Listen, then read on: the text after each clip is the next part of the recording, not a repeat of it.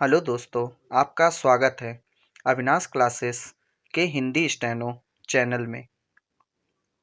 अब dictation start होगा। Start. उपाध्यक्ष महोदय, राष्ट्रीय विकास परिषद ने केंद्र द्वारा प्रस्तावित कार्यक्रमों के भविष्य पर विचार करने के लिए योजना आयोग की सलाह पर एक समिति का गठन किया, जिसमें कई बातों पर विचार विमर्श किया गया। यह भी तय हुआ कि उसकी बैठकों को समय समय पर बुलाया जाएगा, जिनमें राष्ट्र से संबंधित कई समस्याओं पर विचार किया जाएगा और अगर संभव हुआ तो तुरंत उनके हल के लिए सुझाव भी दिए जाएंगे, ताकि जनता को किसी प्रकार की परेशानी का सामना न करना पड़े। सर्वप्रथम परिषद की बैठक में जम्मू व कश्मीर की सरकार को बर्खास्त किए जाने के प्रश्न पर गैर कांग्रेसी मुख्यमंत्रियों ने के बहिर्गमन के बाद स्वीकार प्रस्ताव को आज वापस लेने की मांग की गई। प्रधानमंत्री ने जम्मू कश्मीर के मुख्यमंत्री से अपील की कि वे इस घटना को भूल जाएं। उन्होंने आश्वासन दिया कि भविष्य में इस तरह की बातें नहीं दोहराई जाएगी। पैरा शिक्षा के बारे में सदस्यों ने कहा कि वे गरीब वर्ग के लोगों को भी उच्च शिक्षा उपलब्ध कराए जाने के पक्ष में है। यह सर्वसम्मति से पारित किया गया कि अच्छी शिक्षा के लाभ को केवल धनी वर्ग के बच्चों तक ही सीमित नहीं रखा जा सकता।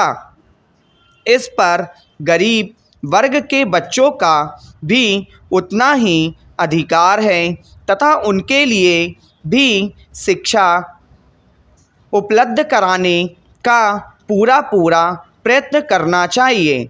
यह प्रसन्नता की बात है कि राष्ट्रीय विकास परिषद में खाद्यान्न के निर्यात पर खुलकर विचार किया गया।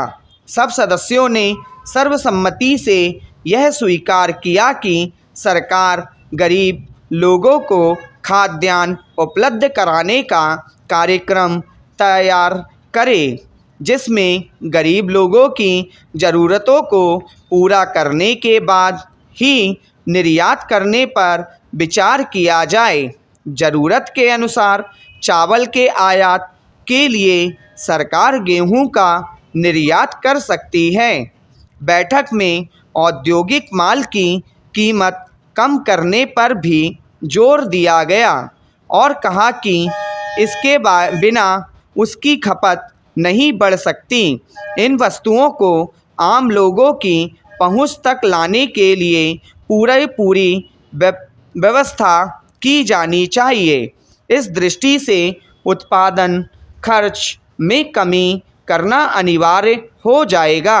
राज्यों की योजना के लिए कम धन उपलब्ध कराने की भी शिकायत की गई तथा आलोचना की गई, लेकिन वित्त मंत्री ने इस संबंध में असमर्थ प्रकट करते हुए कहा कि योजना में 15,000 करोड़ रुपए की अतिरिक्त व्यवस्था की गई है, जिसे जन साधनों के विकास पर खर्च किया जा सकेगा और ये कार्यक्रम भी राज्यों में लागू किए जाएंगे, जिसमें उन्हें अधिक धन मिल जाएगा। पैरा सभी सदस्यों ने इस बात पर सहमति प्रकट की कि भुगतान संतुलन की स्थिति इस समय ठीक है।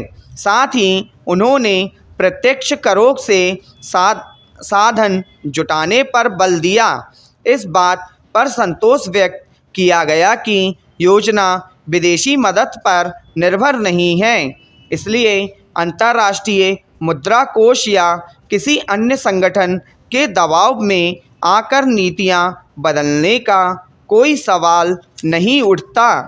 योजना आयोग के उपाध्यक्ष का यह आश्वासन प्रशंसनीय था कि 7वीं योजना में गरीबी उन्मूलन के कार्यक्रम का सही मूल्यांकन होगा, जो कि सही आंकड़ों पर आधारित होगा।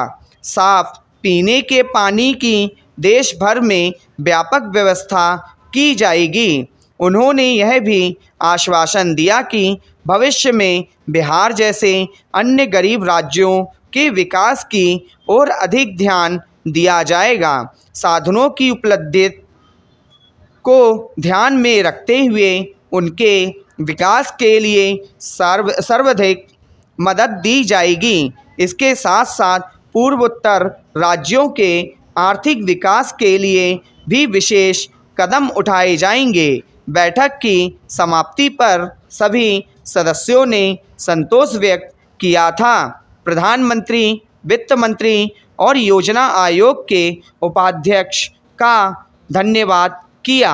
स्टॉप।